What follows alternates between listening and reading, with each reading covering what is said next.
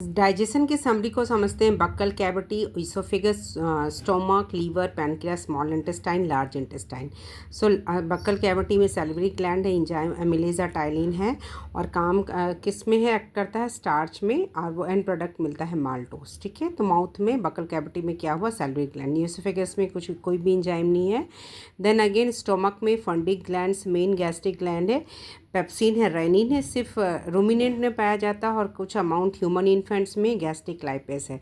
तो पेप्सिन काम करता है किस में, ये काम करता है आपके प्रोटीन्स में, और जो कंज्यूम करते हैं पेप्टोन में तोड़ता है। रेनिन जो कि सिर्फ कहाँ है, रूमिनेंट या ह्यूमन इन्फेंट में है, कैजिन मिल्क प्रोटीन में, उसको तोड़ता किस में है, कोपैराकेसिनेट में। गैस्ट्रिक लाइपेस जो है फैट्स में और तोड़ता है ग्लिसरोल एंड फैटी एसिड में। तो ये आपका स्टोमक का कहानी हो गया, pepsin, rennin and gastric lipase. Liver में हिपैटोसाइट सेल कहते हैं जिसके पास कोई एंजाइम नहीं है और लीवर का काम है इमल्सिफिकेशन ऑफ फैट।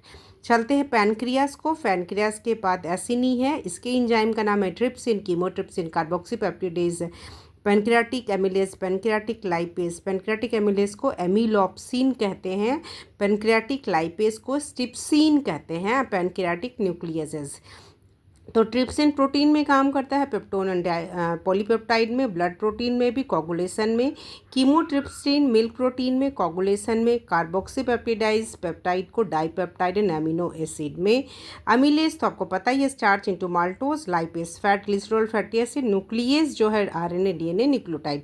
तो याद रखना ही पैनक्रियास के इतने एंजाइम हैं।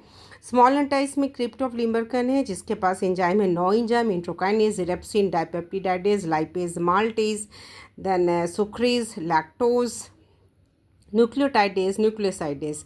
अब ये क्या है, इंट्रोकाइनेज जो है ट्रिप्सिनोजेन को ट्रिप्सिन में तोड़ता है, रेप्सिन पेप्टाइड को डाइपेप्टाइड एमिनो एसिड में, एंड देन लाइपेज फैट को ग्लिसरॉल एंड फैटी एसिड में, माल्टेज माल्टोज को ग्लूकोज में, सुक्रेज सुक्रोज को ग्लूकोज फ्रक्टेज में, लैक्टेज लैक्टोज ग्लूकोज लैक्टोज में, न्यूक्लियोटाइडेज न्यूक्लियोटाइड न्यूक्लियोसाइड में, न्यूक्लियोसाइडेज न्यूक्लियोसाइड फ्री बेसिस में।